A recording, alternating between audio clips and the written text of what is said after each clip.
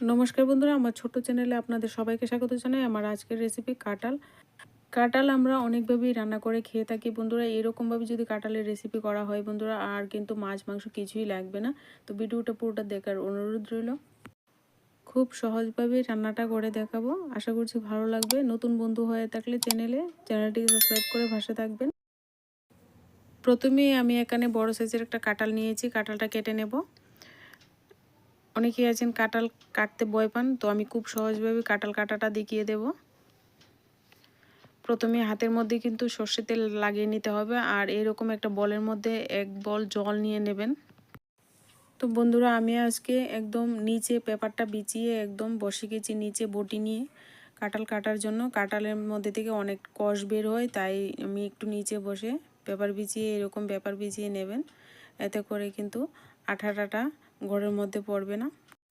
আমি বটির মধ্যে কিন্তু অল্প একটু তেল লাগিয়ে নিয়েছি। আপনারা ছুরি দিয়ে করলে ছুরিটার মধ্যেও একটু তেল লাগিয়ে নেবেন। আর একটা এরকম কাপড় দিয়ে আটাটাকে প্রথমে একটু মুছে নেবেন। এতে করে হাতের মধ্যে কিন্তু বেশি আঠা লাগবে না।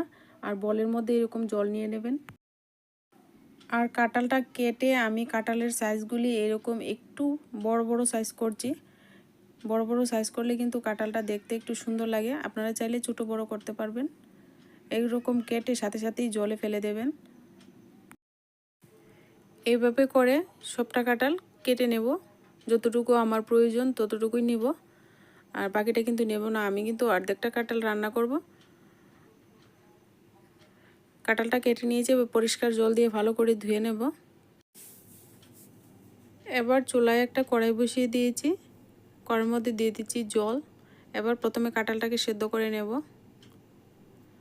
তো কাঁঠাল ধুয়ে আমি এখানে পরিষ্কার করে নিয়েছি। এবার কাঁঠালটা দিয়ে দিচ্ছি পরিমাণ মতো একটু লবণ আর একটু হলুদ গুঁড়ো। এবার একটা ঢাকনা দিয়ে ঢেকে কাঁঠালটাকে সেদ্ধ করে নেব। এদিকে আমার কাঁঠালটা সেদ্ধ হতে হতে আমি একটা মশলার পেস্ট বানিয়ে নেব। 4-5 কোয়া রসুন আর পরিমাণ মতো আদা আর 2টো পেঁয়াজ নিয়েছি, আর পরিমাণ মতো কাঁচা লঙ্কা আর একটা টমেটো। এবার মশলা পেস্টটা বানিয়ে নেব।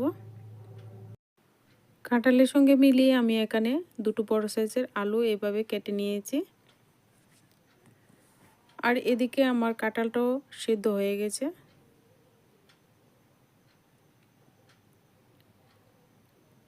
কাঁঠালটা কিন্তু এভাবে ভালো করে একটু সিদ্ধ করে নিতে হবে। তো আমার কাঁঠালটা পুরোপুরি সিদ্ধ হয়ে গেছে। এবার আমি ঝোলটা ঝরিয়ে নেব।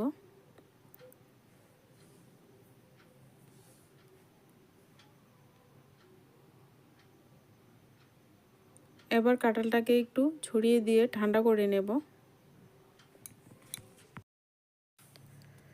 এবার আমি এখানে চুলায় একটা কড়াই বসিয়ে দিয়েছি। এর মধ্যে আমি সাদা তেল দিয়ে দিলাম, আর তেলের পরিমাণটা একটু বেশি পরিমাণে দিয়েছি। আমি এখানে আলু আর কাঁঠাল ওই তেলটা দিয়ে ভাজবো। আপনাদের কাছে যদি সাদা তেল না থাকে সর্ষে তেল দিয়েও কিন্তু করতে পারবেন।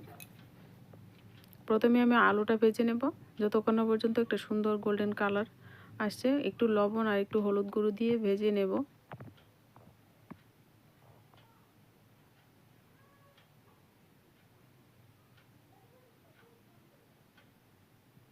একটু সময় নিয়ে আমি আলুটাকে ভেজে নিয়েছি, এবার তুলে নিচ্ছি। এরকম কালার করে ভেজে নিয়েছি। এবার আমি ওই তেলের মধ্যে কাঁঠালটাকে ভেজে নেব। এবার 2 থেকে 3 মিনিট সময় ধরে এবার কাঁঠালটাকে কিন্তু ভালো করে ভেজে নিতে হবে। কাঁঠাল এরকম কালার করে ভেজে নিয়েছি, এবার তুলে নেব। কাঁঠালটা কিন্তু এরকম লালচে কালার করে ভেজে নিতে হবে। যদি অল্প ভাজেন তাহলে কিন্তু টেস্টটা ভালো আসবে না। এবার ওই একই কড়াইয়ের মধ্যে আর একটু সর্ষে তেল দিয়ে দিয়েছি, আর মাঝখান থেকে ছিঁড়ে একটা তেজপাতা দিয়ে দিচ্ছি ফোড়নে। আর দিয়ে দিচ্ছি গোটা গরম মশলা, এখানে এলাচ, দারচিনি, লং। ফোড়ন থেকে একটা সুন্দর গন্ধ বেরোলে এবার এখানে দিয়ে দিব পেঁয়াজ কুচি। আর রেসিপিটাতে কিন্তু পেঁয়াজ একটু বেশি দিলে কিন্তু টেস্টটা ভালো আসে। এবার পেস্ট করে রাখা মশলাটা দিয়ে দিলাম, আর এখানে দিয়ে দিচ্ছি শুকনো লঙ্কা গুঁড়ো, ভাজা জিরা ধনে গুঁড়ো, হলুদ গুঁড়ো, পরিমাণ মতো লবণ। এবার মশলাটাকে ভালো করে কষিয়ে নিতে হবে। যারা নিরামিষ খেতে চান বা নিরামিষ সবসময় নিরামিষ খান তারা কিন্তু পেঁয়াজটা বাদ দিয়ে এরকম সেমভাবে করবেন, দেখবেন নিরামিষভাবেও কিন্তু কাঁঠালের রেসিপি কিন্তু খুবই দারুণ হয়। 1-2 মিনিট সময় ধরে মশলাটাকে কিন্তু ভালো করে কষিয়ে নিতে হবে। তো মশলাটা ভালো করে কষিয়ে নিয়েছি, মশলা থেকে একদম তেল বেরিয়ে গেছে। এবার আমি এখানে ভেজে রাখা কাঁঠাল দিয়ে দেব।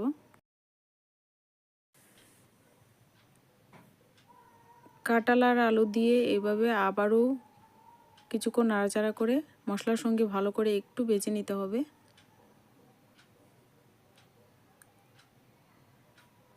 তো বেশিক্ষণ ভাজতে হবে না, একটু ভেজে নিলেই চলবে।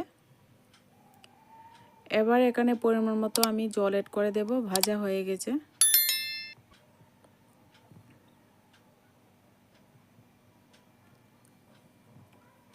ঝোলটা আপনারা পরিমাণ মতো দেবেন, আমি কিন্তু বেশি দেব না। কাঁঠালের রেসিপিটা কিন্তু একদম কষা কষা রেসিপি একটা তৈরি করব। তো এবার আমি ঢেকে দেব 1 মিনিটের জন্য। 1 মিনিট পর ঝোলটা ফুটে গেছে একদম ভালোভাবে। এবার একটু নাড়াচাড়া করে দিয়ে এখানে আমি গরম মশলা গুঁড়ো অ্যাড করে দেব।